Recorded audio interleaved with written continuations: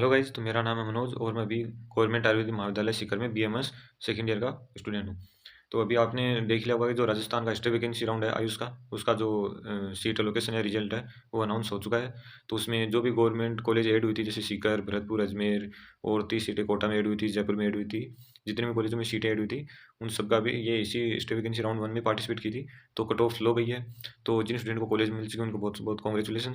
बाकी पिछली बार जैसे जो बीएमएस कॉलेज थी गवर्नमेंट की, तो वो 540, 541, 550 से स्टार्ट हुई थी उनकी कॉलेज मिलनी। तो इस बार जो फर्स्ट जो कॉलेज मतलब स्टेट वैकेंसी मिली है तो वो 519 पे मिली है। तो मान के चलिए कट ऑफ लो तो गई है, लगभग 20-22 नंबर नीचे से कट ऑफ स्टार्ट हुई है।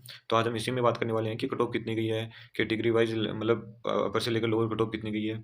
प्लस भी 13 तारीख से जो रिपोर्टिंग स्टार्ट हो रही है उसको उसमें आपको वहाँ कौन कौन से डॉक्यूमेंट लेके जाने हैं। उसके बाद जो जो स्टूडेंट कॉलेज में अलॉटमेंट करवा रहे हैं, जैसे मैं अभी गवर्नमेंट आयुर्वेदिक कॉलेज सीकर में हूँ, तो बाकी कॉलेजों का मैं बता दूंगा और मैं ये भी बता दूंगा जैसे जो गवर्नमेंट कॉलेज सीकर है, तो बाकी जो भी कॉलेज आप जा रहे हो तो वहाँ आपको कॉलेज में रिपोर्टिंग के टाइम कौन कौन से डॉक्यूमेंट लेके जाने हैं।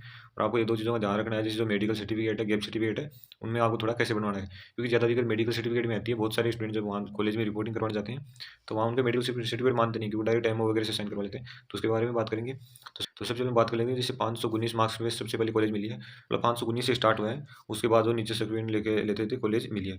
तो अगर हम नॉर्मली बात करें कि लास्ट कॉलेज कहाँ तक मिला, जैसे ओबीसी जनरल के लिए, तो जनरल कैटेगरी के लिए लास्ट कॉलेज मिला है 470 मार्क्स पे।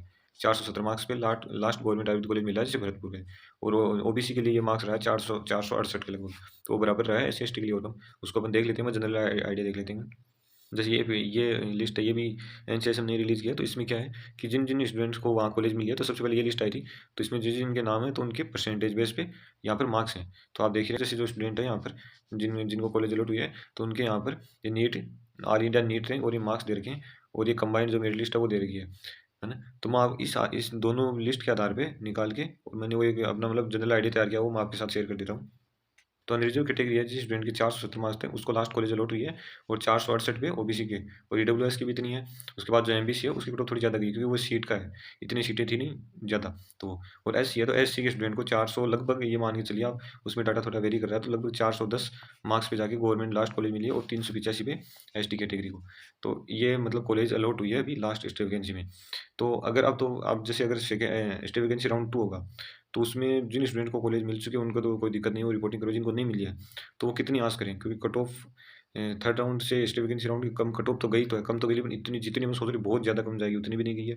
तो आप अगर ये जनरल आइडिया दूँ, तो आप इसमें -10 मार्क्स करके चलिए। तो जो जनरल में है जिनके अगर 460 के आसपास मार्क्स है, लगभग 458, 460 या 461, तो उनको मिलने की संभावना है। तो बाकी सब में भी आप इतना देख लीजिए, जिसके जैसे मान एस टी में है, तो एस टी में जिसके मान के चलिए 375 या 370 के लगभग मार्क्स हैं, उनको ही मिलने के चांस है। वही एससी के लिए लगभग आप 400 मार्क्स मान लीजिए, एमबीसी के लिए 460 के लगभग, और वही है ओबीसी के लिए 465 या 460, ये इतने मार्क्स।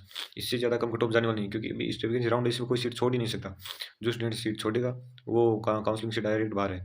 तो जो स्टूडेंट काउंसलिंग से बाहर जो छोड़ देंगे वही कुछ सीटें खाली होंगी, और अगर किसी कॉलेज में 1-2 भरी नहीं गई हैं, जिन्होंने रिपोर्टिंग नहीं करवाएंगे, तो वो तो सीटें ज़्यादा खाली वाले रहने वाली नहीं है, मुश्किल ही रहीं।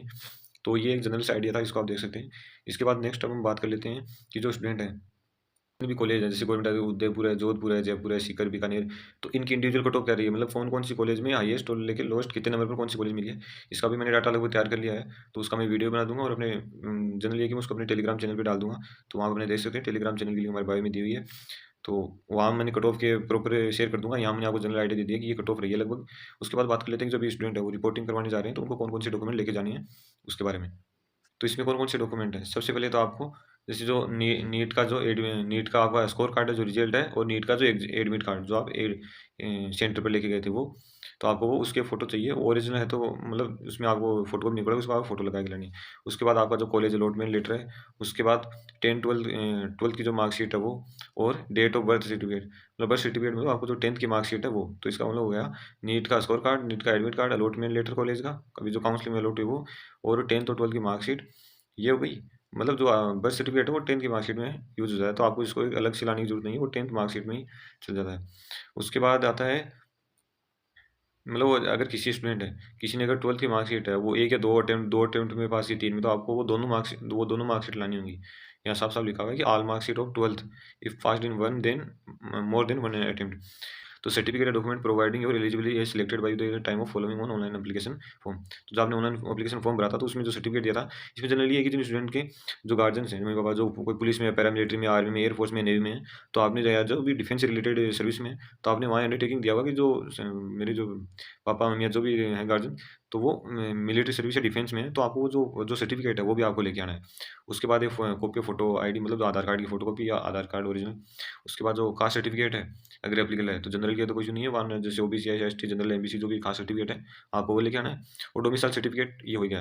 तो डोमिसाइल तो है, और ये जो सादा पॉइंट है इसका मतलब ये है कि जो आपको डोमिसाइल प्लस अगर आपने उस टाइम भरा था कि जैसे मिलिट्री, पुलिस, गवर्नमेंट जॉब में जो भी है, तो आपको वो सर्टिफिकेट भी साथ में लाना है। उसके बाद ये पीडब्ल्यूडी सर्टिफिकेट है, ये अगर आपको लगता है तो ठीक है, हैंडीकैप का। उसके बाद वही है कि वार्ड ऑफ डिफेंस वाला पर्सन वो। उसके बाद ईडब्ल्यू सर्टिफिकेट अगर ईडब्ल्यूएस में आते हो तो। उसके बाद जो undertaking pro forma on 6 non judicial stamp, वो इसमें मैंने अपने टेलीग्राम चैनल अपलोड कर दिया कि ये परफॉर्मा 6 क्या है। उसमें वही है कि आपको अंडरटेकिंग देनी है कि मेरे ये जो डॉक्यूमेंट वगैरह हैं ये सारे सही हैं, और मैंने कहीं और एडिशन नहीं, और जगह एडिशन नहीं ले रखा, ये सब बातें उसमें। और उसके अलावा अगर आपका कोई भी और आपने अंडरटेकिंग परफॉर्मा वगैरह हो, तो वो एनी अदर रिलेवेंट सर्टिफिकेट। तो अब इसमें एक क्या आता है, एक आपको गैप सर्टिफिकेट भी बनवाना है। वही वहाँ पे जॉइनिंग के टाइम पे नहीं मांगेंगे यूनिवर्सिटी में, मतलब रिपोर्टिंग टाइम। लेकिन जब आप कॉलेज में जॉइनिंग करने आओगे तो यहाँ से गैप सर्टिफिकेट मांगा जाएगा, अगर आपका 12th के बाद 1 या 2 अटेम्प्ट है तो। उसके बाद एक आपको काम क्या करना है कि जो भी जो रैंक लिस्ट रिलीज हुई थी जिसमें आपकी स्टेट रैंक और रिलेटेड कॉलेज का नाम दिखा रहा है, तो उस पेज का आप एक प्रिंट निकलवा लेंगे।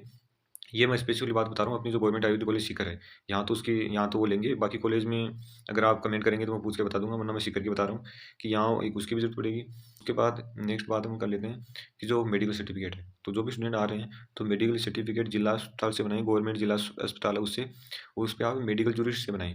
बहुत सारे स्टूडेंट को मेरे कॉन्टेक्ट हुआ तो उन्होंने कमेंट किया, बस हमने जो एमओ है, जो आसपास कहीं जान पहचान का हॉस्पिटल था तो वहाँ से बनवा लिया। मैं लगभग कॉलेज में यही है, और मैं अपनी कॉलेज सीकर की बता दे रहा हूँ, यहाँ डायरेक्ट जो नॉर्मल जैसे आप बनवा लेते हो तो वो मेडिकल सर्टिफिकेट नहीं चलेगा, आपको जिला अस्पताल से बनवाना है। और वो उस पर मेडिकल जूरिस्ट के साइन होने चाहिए और उसकी मोहर होनी चाहिए, उसमें उनके रजिस्टर्ड नंबर होते हैं। तो आपको ये 2-3 बातों का ध्यान रखना है। बाकी अगर आपके जो भी डाउट है तो आप मेरे से डायरेक्ट इंस्टाग्राम पे कांटेक्ट कर सकते हैं, वहाँ मेरे को मैसेज कीजिए, मैं आपको रिप्लाई करूँगा। बाकी आप इस वीडियो के कमेंट में पूछिए, मैं डिटेल से आपको इसका रिप्लाई करूँगा।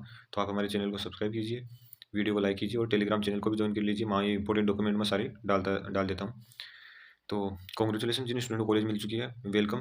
और जिनको नहीं मिली है वो ट्राई करें, स्टे वैकेंसी राउंड 2 में मिले, ये कर सकते हैं, और क्या है। Thank you.